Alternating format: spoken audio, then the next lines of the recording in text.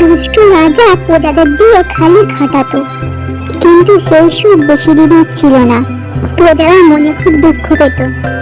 প্রজাদের কষ্ট ও ইচ্ছা মেটানোর জন্য উপর থেকে ভগবান নেমে এসেছিল, বলেছিল আমি যা বলবো তোরা তাই করবি, কোনোদিন পশু পাখিদের কষ্ট দিবি না। তার কথা মতোই সবাই চলতো। দুষ্টু রাজা একদিন তার কথা অমান্য করলো, দেখলো একটা সিংহ পচে আছে, তাকে সে খেতে আরম্ভ করে দিল। গিয়ে সেই কথাটা রানীকে বললো। রানী কিন্তু সেই কথাটা একদমই পছন্দ করলো না।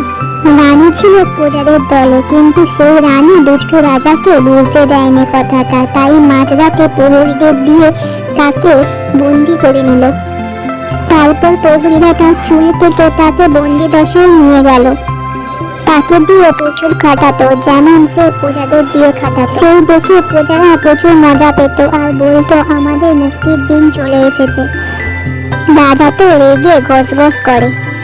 রাজা বলে আমি ছাড়া পেলে আর কাউকে ছাড়বো না, দেখে নিস তোরা আমার এই দশায় তোরা হাসছিস, দেখ আমি এবারে আমার শক্তি দিয়ে কেমন সব ভেঙে ফেলি।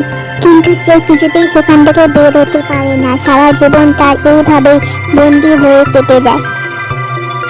যদি ভালো লেগে থাকে তাহলে লাইক ও চ্যানেলটাকে সাবস্ক্রাইব করতে ভুলবেন না।